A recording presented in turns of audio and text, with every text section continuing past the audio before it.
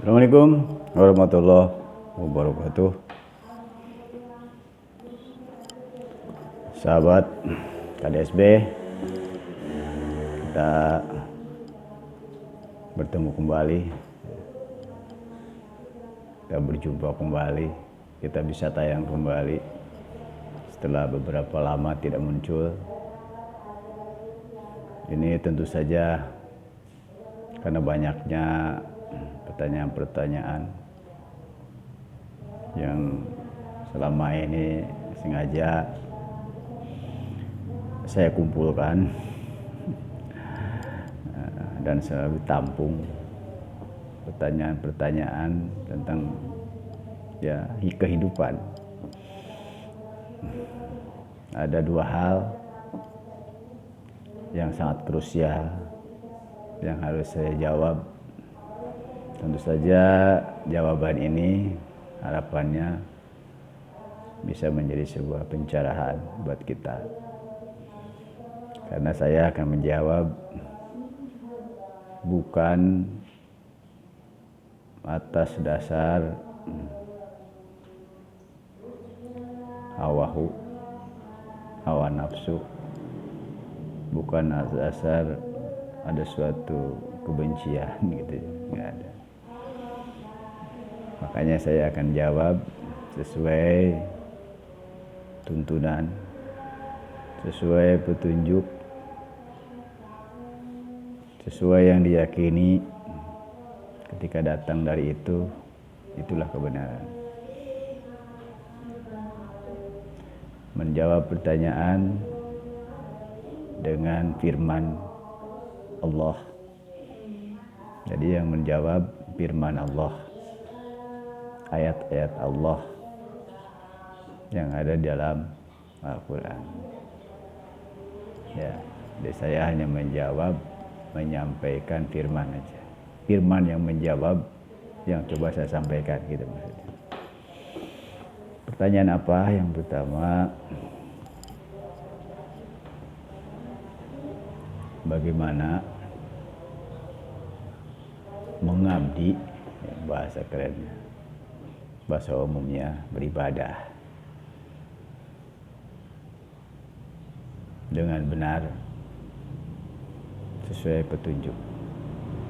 Karena memang kita diciptakan tidak lain dan tidak bukan hanya untuk beribadah, mengabdi. Wa ma khalaqtul jinna wal insa illa liya'budun. Itu dasarnya, firmannya. Jadi bagi orang yang ingin mencari kebenaran, bagaimana cara ibadah, cara mengabdi dengan benar, patut dia acungi jempol, patut dia apresiasi. Berarti dia adalah seseorang yang sangat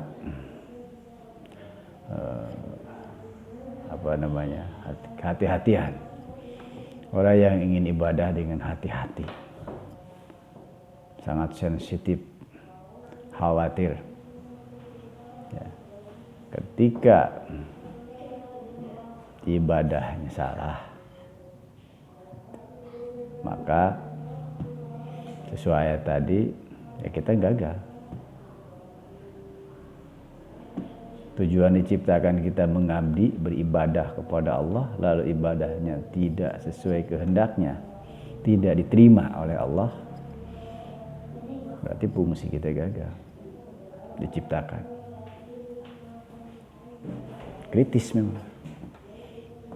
Saya sangat acungi jempol luar biasa kepada saudara-saudara yang bertanya dengan legowo, ingin mengetahui sesuatu yang benar, khusus dalam ibadah, pengabdian kepada Sang Pencipta.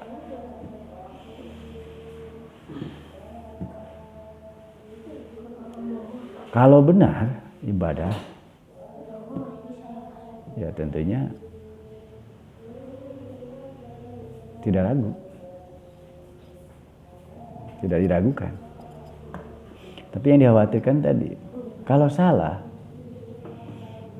ya kita gagal. Menjalankan hidup ini gagal. Kalau mengacu kepada fungsinya, yaitu untuk ibadah mengabdi. Wa ma khalaqtul jinna wal insa illa liya'budun. Tidak kuciptakan jin dan manusia kecuali untuk na'budun. Na'budun adalah abada, na'bud, mengabdi. Karena kita adalah abdi, mengabdi kepada yang menciptakan. Bahasa Arabiannya Allah, mengabdi kepada Allah. Mengabdi kepada Allah tentu saja ya Allah yang dimaksud adalah Sang Pencipta alam semesta. Allah Raja langit dan bumi. Allah Sang Pemilik alam semesta.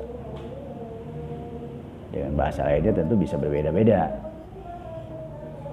Sang Pemilik alam semesta, Allah Sang Pencipta itu bisa berbeda dengan bahasa-bahasa lainnya. Bisa Gusti Nu Agung. Ya, ada yang bilang Pangeran Muakawasa, ada Sang Hyang Widewasa, ada apalagi itu.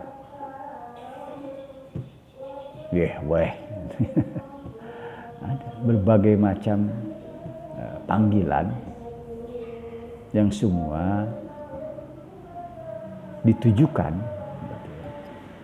kepada yang tunggal, yaitu pemilik pencipta alam semesta. Itulah yang disebut Rasulullah SAW dengan bahasa Arabnya Allah Rabbul Alamin. Itu yang pertama. Ya, pertanyaannya bagaimana ibadah mengabdi dengan benar sesuai petunjuknya.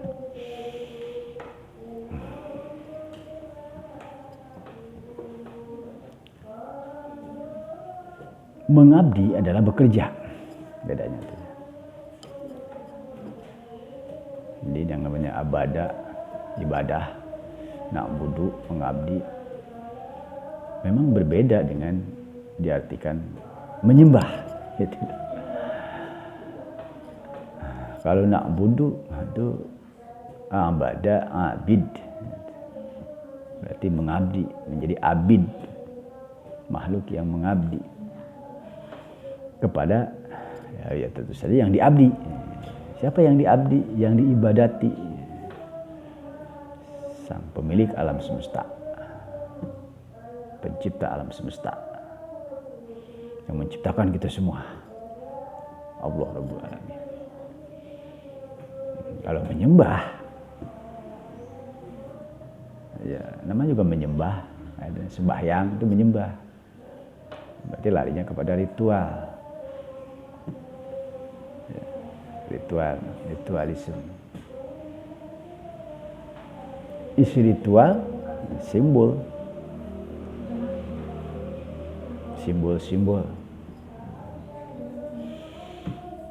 atau suatu hal, ya, sebagaimana contoh digambarkan 17 Agustus itu adalah ritual. Contohnya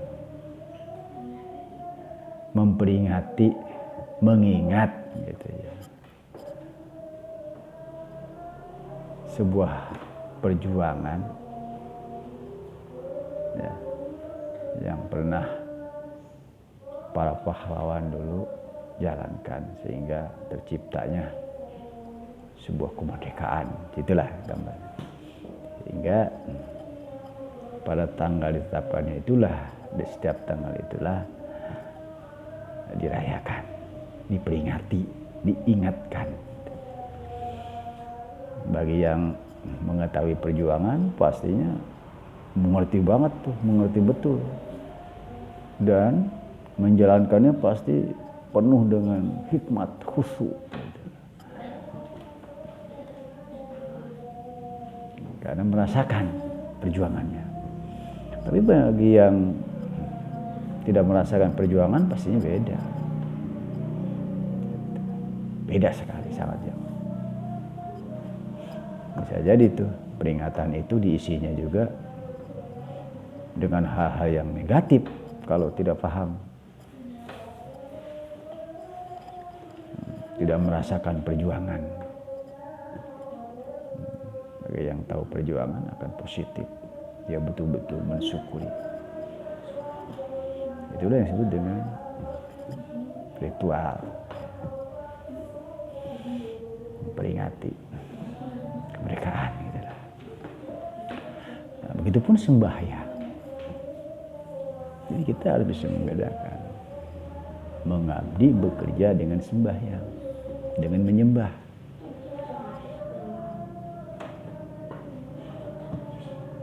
Dalam kerajaan juga menyembah itu orang yang masih begini ya, menyembah ngesot gitu begini. Menyembah sama raja. Jadi orang menyembah harusnya lebih paham gitu. Karena ketika dia menyembah datang menyembah itu berarti dapat perintah. Kalau gak dipanggil, gak diperintah, dia gak bakal datang menyembah. Gitu. Nah selanjutnya setelah menyembah, maka dia akan mengetahui pekerjaan apa yang harus dia lakukan, harus dia kerjakan. Pekerjaan apa tugas apa yang harus dia jalankan. Harus sampai ke situ.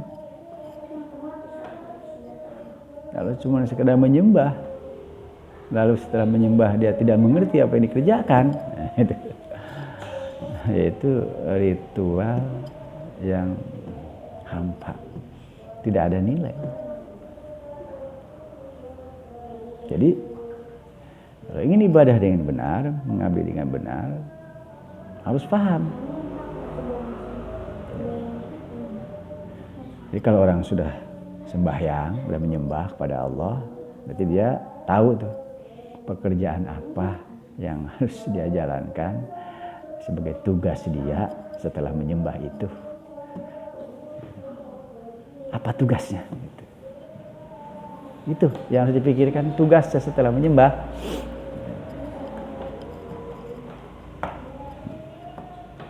Oke.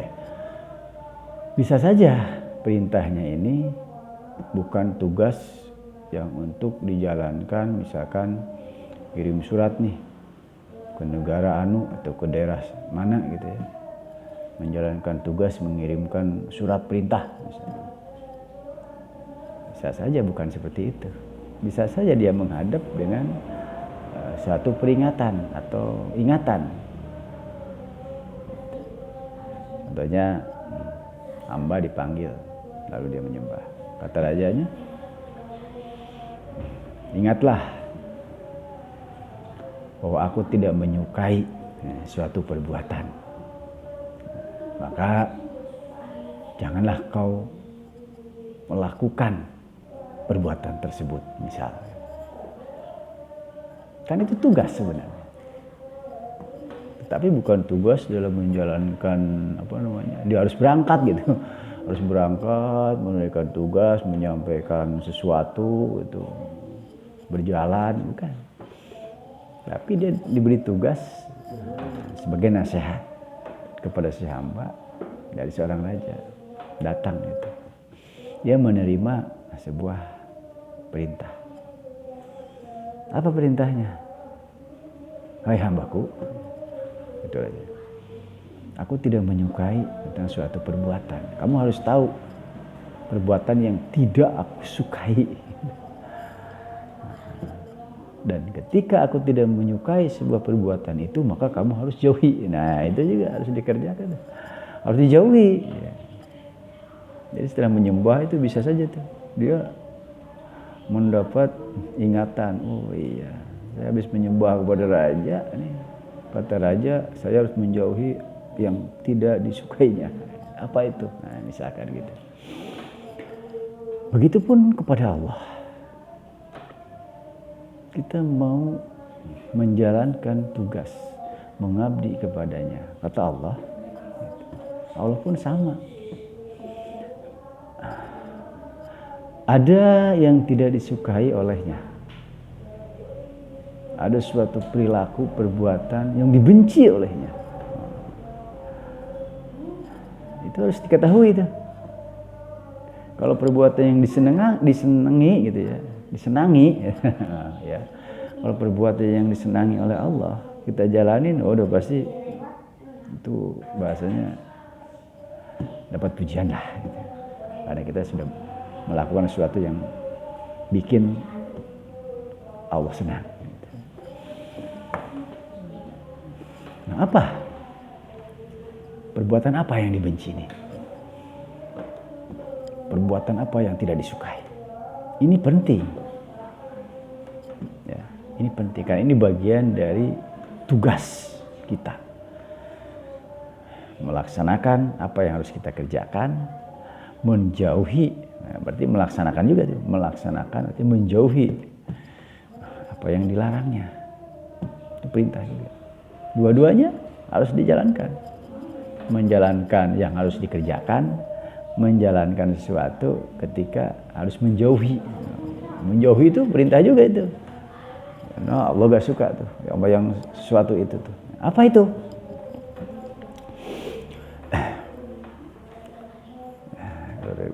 Kita lihat kembali ya dalam surat 30 Arum. Ya, kembali kita ke surat 30 surat Arum. Ayat boleh dari 30-nya. Kalau 30-nya fa aqim wajhaka lidini hanif fitratallah allati fataranas 'alaiha la tabdila li khalqi la tabdila li khalqi dzalika dinul qayyim walakin aksarun nasi la ya'lam. Itu dikatakan hadapkanlah wajahmu. Nah, tadi itu hamba itu disuruh menghadap. Datang. Hadapkanlah. Pandanganmu bisa sama aja wajah kan di sini. Kalau wajah itu mau hidung, mau mulut, mau mata, wajah di sini ya. Jadi ini yang suruh menghadapkan itu nggak bisa dipisahkan gitu. Kalau kata-kata hadapkanlah wajah, berarti udah lengkap gitu ya. Udah lengkap. Baik mulutnya, hidungnya, matanya, ya, termasuk kupingnya, ya, semua menghadapkan lah. Kepada siapa? Pada din. Umumnya kan din agama ya, pada agama. Sebagai fitrahmu, fitrah. Jadi fitrah ya. Fitrah itu ya fungsi. Suruh memfungsikan dirimu gitu. Jadi kita menghadap mau memfungsikan diri gitu. Apa fungsi kita tadi? Menjalankan perintahnya, mengabdi. Ayat berikutnya munibina ilaihi wattaquhu wa aqimus shalat wa la takunu minal musyrikin. Nah, itulah fungsinya tuh. Menghadapkan diri dalam rangka dengan kembali bertobat kepadanya. Hadapkanlah wajahmu dalam rangka bertobat kepadanya. Datang untuk bertobat. Ayat begitu ya, ayat itu maksudnya begitu. Bercerita tentang itu. Dan bertakwalah kepadanya. Jadi untuk bertakwa. Selanjutnya laksanakanlah sholat gitu. Itu perintahnya ya, menjalankan sholat. Udah tuh bertakwa, bertobat, sholat. Nah, setelah itu dilaksanakan, akhir dari ayatnya wala takunu minal musyrikin. Tetapi ya gitu, kata Allah, kata sang pemilik alam semesta gitu kan. Kata sang pencipta begitu. Tetapi gitu, kalau udah tobat, udah takwa, udah sholat gitu, janganlah kamu mempersekutukan aku. Jangan mempersekutukan Allah. Jangan musyrik. Wala takunu minal musyrikin. Janganlah kau musyrik, mempersekutukan Allah. Diingatkan itu. Jadi kita menghadap dalam tadi itu sembahyang, menyembah. Ketika orang menyembah itu harus tahu tuh sampai ke situ. Ketika sudah menyembah itu, gitu, udah bertakwa kan di situ. Memperkuat ketakwaan, ya. Terus melaksanakan sholatnya di situ. Diingatkan itu. Awas katanya. Jangan musyrik. Berarti harus tahu tuh. Seperti apa tuh musyrik? Yang dibenci itu seperti apa bentuknya, perilakunya? Musyrik itu seperti apa? Perbuatan musyrik itu seperti apa? Wujud konkretnya seperti apa? Agar kita tidak terjerumus melakukan hal itu. Karena kalau melakukan itu tadi, taubatnya, takwanya, sholatnya nggak diterima. Jadi hanya menyembah yang sia-sia gitu. Menyembah atau sia-sia. Kalau masih menjalankan apa yang dibencinya, bisa jadi karena ketidaktahuan, tidak mau mencari tahu yang dibencinya apa, musyrik itu seperti apa.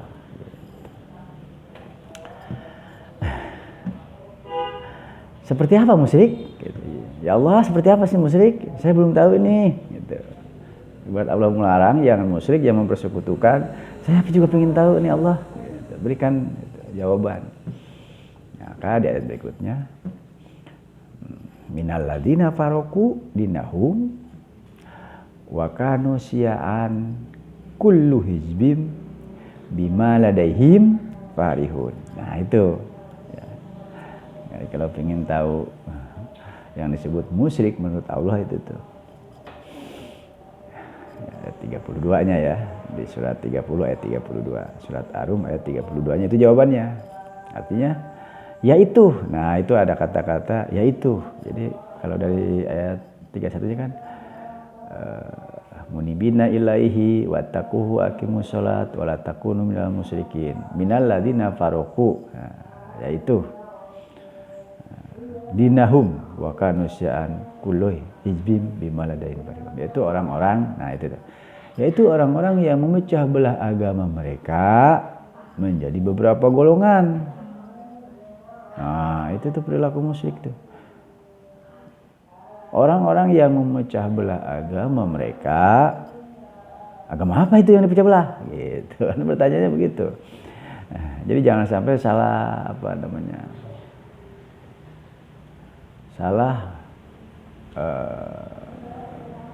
nunjuk gitu loh bahasanya. Ini agama siapa ini? Gitu. Orang-orang yaitu musyrik itu yaitu orang-orang yang memecah belah agama mereka menjadi beberapa golongan. Tiap-tiap golongan merasa bangga dengan apa yang ada pada golongan mereka. Oh, itu perilaku musyrik itu. Agama apa itu yang dipecah belah? Kalau tidak memahami ayat tersebut, firman tersebut, bisa saja akan menunjuk kepada contohnya non Islam gitu. Agama non Islam bisa menunjuknya. Oh, yang musyrik itu katanya non Islam. Enggak. Justru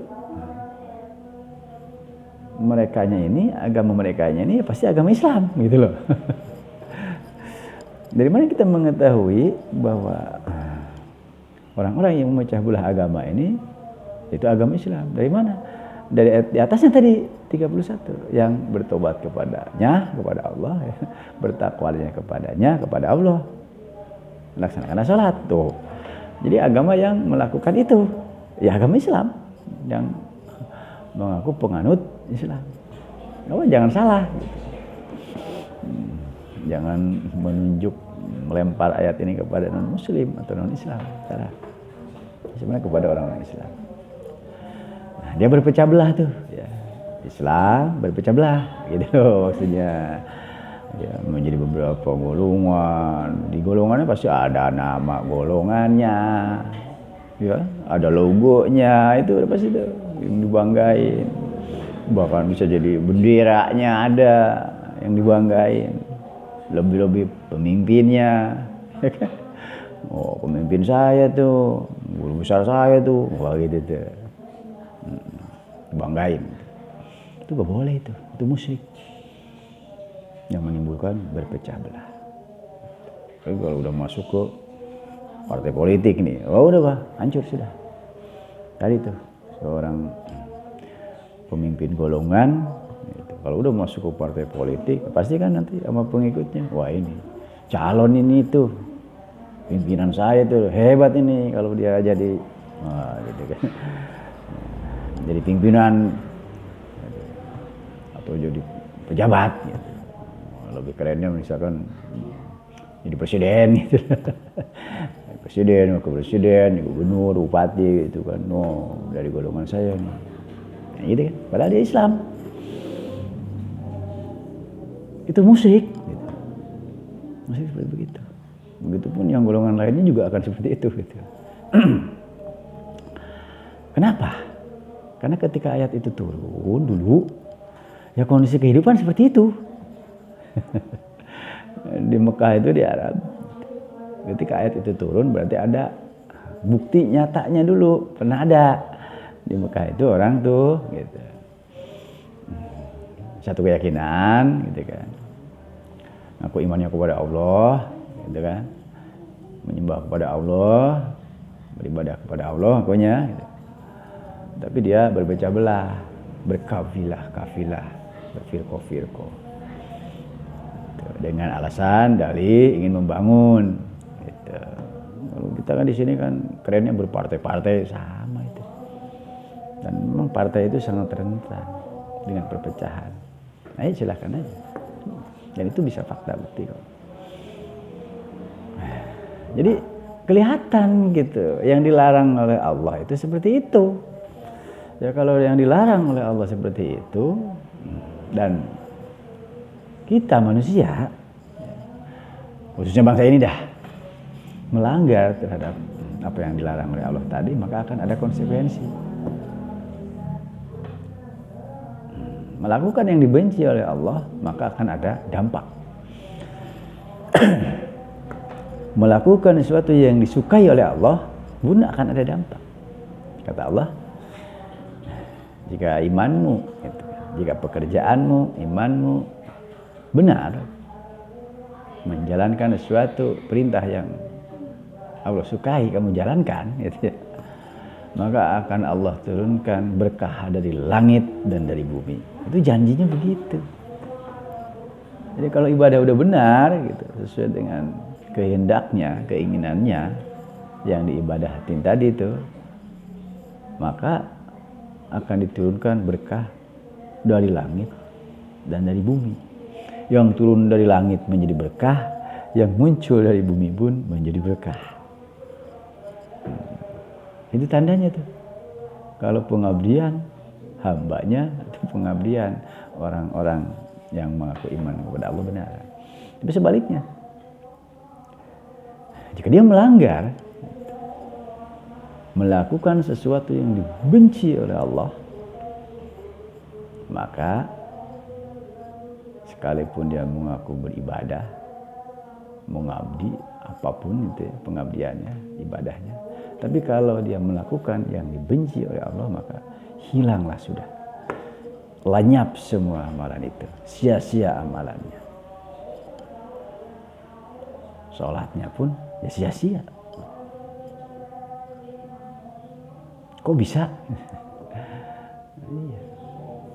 Bisa, karena ada buktinya.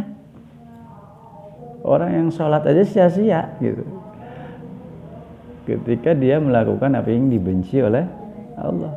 Ketika dia musyrik tadi itu, ketika berpecah belah, bergolong-golongan, berpartai-partai, berbangga-banggaan, saling sikut, saling musuhin, saling hujat, demo, udah itu. Itu yang dibenci itu. Maka tidak akan turun berkah dari langit dan dari bumi. Yang ada apa? Ajab. Ini ajab. Oke. Gimana kita lihatnya? Kita lihat dulu nih ya, turun ayat. Ada turun ayat dulu gini. Wa makana sholatuhum indal bait illa muka'an wa tasydiyatan fadukul ajab bima kuntum takfurun. Ini surat 8, surat Al-Anfal ya. Ayat 35 tuh, silakan tuh kalau mau dibuka. Wa makana sholatuhum indal bait. Salat mereka di sekitar bait, Baitullah. Itu dulu berarti pernah ada. Illa mukaan wa tasdiyatan. Ya. Salat mereka di sekitar Baitullah, sembahyang mereka di sekitar Baitullah hanya siulan dan tepuk tangan. Fadukul azab. Ya. Bima kuntum takfurun. Salat mereka di sekitar Baitullah hanya siulan dan tepuk tangan, maka rasakanlah azab. Tuh. Kenapa dia orang sholat diajab tadi itu? Dia melaksanakan yang namanya ibadah menurutnya, sedang merasa mengabdi, beribadah, sholat gitu, sembahyang. Tapi dia tidak mengetahui yang dibenci oleh Allah apa, sehingga yang dibenci itu dijalankan juga gitu. Jadi dua jalan dijalankan, dicampur tuh. Sembahyangnya dijalankan, sholat sembahyang dijalankan gitu, di Baitullah, tapi yang dibencinya pun tuh gitu. Dia tidak menjauhinya gitu, maka dia jalankan. Musyrik gitu loh. Berpecah belahnya, orang berpecah belah gitu loh pada saat itu, berkafilah-kafilah gitu. Kan kalau dilihat seorang Rasul sendiri sebelum diangkat menjadi seorang Rasul kan, dia punya kabilah sebenarnya, dia punya golongan gitu loh. Rasulullah aja sebelum dipilih Rasul dia punya golongan, namanya Hizbul Pudul ya, Hizbul Pudul di Darun Nadwa itu. Jadi Rasul Muhammad lagi mudanya sebelum jadi Rasul ya, namanya Ahmad bin Abdullah atau Muhammad. Itu dulunya juga punya golongan. Kalau sekarang punya partai ya gitu, punya partai dia juga. Dengan alih-alih tujuannya ingin membangun bangsanya. Dia kan tokoh, anak muda. Dari anak muda dia tuh orang-orang hebat gitu kan, yang punya cita-cita ingin membangun bangsanya, tanah kelahirannya, semua punya cita-cita begitu. Ya, namanya Ahmad bin Abdullah itu. Dari remajanya dia punya cita-cita yang sangat gitu, hebat. Ingin ikut andil ya, bagaimana membuat peradaban bangsanya, sehingga bangsanya ini menjadi bangsa yang bagaimana yang diharapkan gitu. Bagaimana menjadi marcusuar gitu kan, jadi bangsa di atas segala bangsa. Itu semua pasti punya cita-cita begitu setiap bangsa itu. Tapi ketika dia sebelum jadi Rasul, dia gagal. Hizbul Pudul, sebuah lembaga yang dia pimpin, Darun Nadwa itu tidak mampu tuh untuk menjadikan dengan sarana itu bangsanya menjadi bangsa yang damai, bangsa yang diridhoi Allah.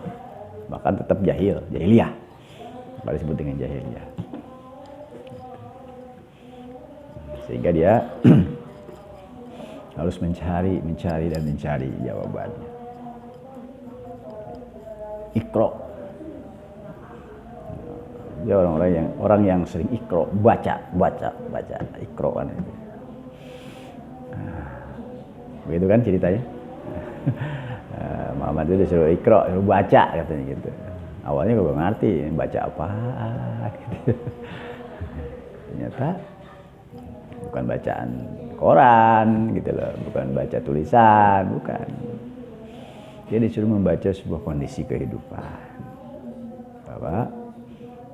Kenapa bangsa pada zaman itu disebut jahiliyah, tidak diangkat derajatnya oleh Allah, tidak menjadi pilihan Allah, tidak merdeka, bahkan di bawah pengaruh perbudakan, karena musyrik tadi itu dilihat oleh mata batin gitu ya, mata ilmu, pakai ilmu ya, yang diilhamkan, diwahyukan oleh Allah kepada Rasul Muhammad.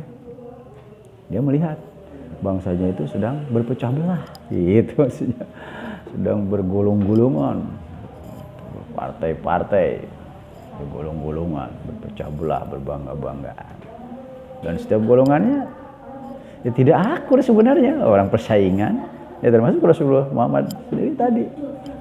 Sehingga dengan sadar akan itu, dia tinggalkan tuh golongan yang menjadi sarananya, ditinggalkan. Dia menghindar, menjauh dengan gaya hidup seperti itu. Kemana? Kalau lihat ayat di dalam surat Al-Kahfi kan, ayat 16, surat 18 ya, Al-Kahfi ayat 16. Jika kamu ingin meninggalkan mereka, tuh. Jadi Rasul meninggalkan gaya hidup begitu tuh. Meninggalkan orang-orang yang sedang berpecah belah, bergolong-golongan, ditinggalin tuh, gitu. Tinggalkanlah mereka. Jika kamu ingin meninggalkan mereka, maka masuklah ke dalam gua. Tuh. Gua Kahfi. Nah, gitu. Itu sejarahnya awalnya. Rasul masuklah ke dalam gua Kahfi. Dia ada pembahasannya gua Kahfi ya. Orang Ashabul Kahfi. Jadinya Rasul menjauh tuh, menghindar, keluar dari kehidupan berpecah belah, dari kehidupan bergolong-golongan. Dia tidak lagi membawa partai, dia tidak mengatasnamakan golongannya dia, partainya dia, tidak pakai itu dia wadah sarananya. Dia menghindar dari gaya cara itu, karena dia tahu, oh itu musyrik. Memang tidak akan maju, tidak akan berhasil dengan cara itu. Ya, begitu.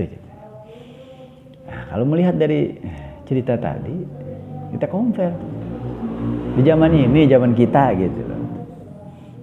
Jadi kalau ada anak bangsa, kalau kita lah punya cita-cita ingin membangun peradaban bangsa ini, ya kita harus bisa baca bagaimana bangsa ini mendapatkan berkat, mendapatkan rahmat dari Allah.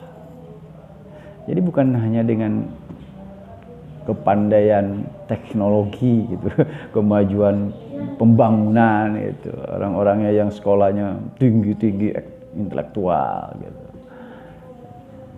Bukan dengan banyaknya ilmuwan-ilmuwan gitu ya,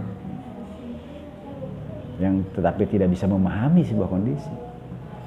Jadi kita harus bisa membaca kondisi juga, ikro juga gitu. Baca kondisi hari ini. Samakah kondisi bangsa ini sebagaimana kondisi pada zaman di Mekah dulu, ketika sebelum Muhammad menjadi Rasul gitu ya, berpecah belah, bergolong-golongan tadi itu. Kalau sudah sama gitu, ya harus sama solusinya gitu maksudnya. Coba jangan lagi berpecah belah gitu. Jadi kita diajak oleh ayat untuk tauhid, maksudnya begitu. Untuk bersatu. Kalau dulu Rasulullah Muhammad kan mengajak tuh, setelah dia meninggalkan gaya hidup berpecah belah tadi tuh, bergolong-golongan, berfirqah-firqah tadi tuh. Awalnya dia sendiri tuh tidak mengemani itu bahwa itu adalah sebuah kebenaran. Itu dia ujilah secara pola pikir, tidak mengimani. Lalu dia menyampaikan tuh bacaannya tadi, gitu. Hasil ikra'nya tadi disampaikan. Dia dakwah tuh, mulai dari kerabatnya, wa angdir asyiratakal aqrabin, sampaikanlah kepada kerabat. Berarti di kerabatnya tuh, yang terdekat, sampai kepada Abu Bakar, gitu kan. Sayyidina Abu Bakar. Ceritalah sama dia tuh. Karena mereka sama-sama ada di sebuah tanah kelahirannya yang punya cita-cita juga gitu. Sampaikanlah kepada Abu Bakar. Oh, ternyata kita nggak bisa ini berjuang gitu, untuk membenahi negeri ini dengan cara-cara seperti yang sudah kita lakukan tadi itu, dengan bergolong-golongan itu nggak bisa. Gitu. Nah itu musyrik, itu maksudnya. Pada Abu Bakar cerita begitu. Hingga Abu Bakar disuruh baca tuh. Sahabat diberikan sebuah bacaan. Diajarkan pemahaman-pemahaman. Maka dia imanlah tuh terhadap perkataan itu. Ikutlah tuh. Nah, satu gitu kan. Abu Bakar, nanti lagi muncul lagi ada Umar gitu ya. Utsman, Ali. Itulah sahabat-sahabat gitu kan. Ceritanya begitu kan. Mereka itu orang-orang hebat pilihan di Arab itu, di Mekah itu. Gitu. Cendekiawan juga. Gitu. Orang kaya juga kan. Ternyata dia sadar gitu. Apapun perjuangannya untuk membangkitkan peradaban di bangsanya sesuai yang diharapkan itu nggak bisa kalau masih itu, berpecah belah, bergolong-golongan, berbangga-banggaan, berpartai-partai, itu nggak bisa gitu maksudnya. Gitu. Maka harus tauhid. Diajaklah tuh Rasul gitu untuk bertauhid. Nanti ada itu cara-caranya di Quran ada. Nah kembali, ya, tadi sedikit jalan-jalan nanti ke Arab ya, ke Mekah, kita cerita sedikit. Kembali kepada bangsa kita. Kalau kita hari ini di bangsa ini punya cita-cita yang sama, ingin peradaban bangsa ini maju ya, membangun sebuah peradaban yang mendapatkan nilai pengabdian dari Allah, diberkati, ya kita harus menjauhi hal seperti itu.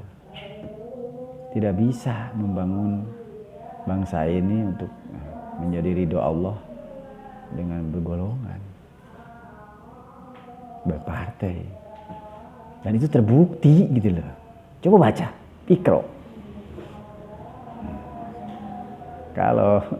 Kalau ayat tadi itu kan maha benar gitu, Allah dengan segala firman-Nya. Kalau firman Allah itu benar, maka akan ada buktinya sepanjang zaman. Lihat, bukti dari zaman ini, gitu, ayat itu ada nggak? Berhasilnya di mana kalau pakai cara itu? Dan sampai kapan mau memakai cara itu? Bergolong-golongan, berpartai-partai. Karena yang terjadi perpecahan, udah pasti itu. Itu rumusnya begitu. Jadi bagaimana caranya? Ya bersatu, tauhid, kembali. Munibina tadi, munibina ilaihi, kembali. Di atasnya tadi ayatnya kan, munibina ilaihi wattaquhu, mari sama-sama kembali bertakwa. Mari sama-sama kembali bertobat gitu loh. Karena kita udah masuk kepada berpecahan ini. Bangsa ini bangsa perpecahan. Isinya ya, partai-partai ini ya pecah belah gitu loh, kasarnya gitulah gitu. Partai ini hari ini berpecah belah, namanya partai itu. Mau terima apa enggak ya begitu gitu, kejadiannya begitu ini. Nah, tapi kan secara cita-cita masih banyak anak negeri, anak bangsa ini yang punya cita ideal gitu. Ingin membangun peradaban bangsa ini. Bahkan ada yang mengatakan dulu founding father-nya ingin menjadikan bangsa ini mercusuar dunia. Itu kan caranya bagaimana gitu. Ya, gitu. Yang pertama tadi, jangan berpecah belah, jangan berpartai-partai, begitu maksudnya. Itu dibenci. Tidak akan diijabah cita-citanya kalau masih caranya seperti ini. Lantas bagaimana caranya? Kan begitu harus dicari tuh. Dulu gimana sih seorang Rasul gitu? Membangun peradabannya setelah dia membaca kondisi di bangsa itu, gitu loh. Jangan mempertahankan sesuatu yang sudah rusak gitu. Baju yang sudah lapuk jangan dipertahankan, udah rusak gitu. Ada pakaian rusak jangan dipertahankan, udah lapuk jangan ditambal gitu maksudnya. Jangan ditambal oleh kain yang baru, nggak bakal beres. Kalau mau buat beli kain baru utuh gitu. Jadilah sesuatu yang baru, jangan pakai yang lama. Rasul juga begitu dan berhasil.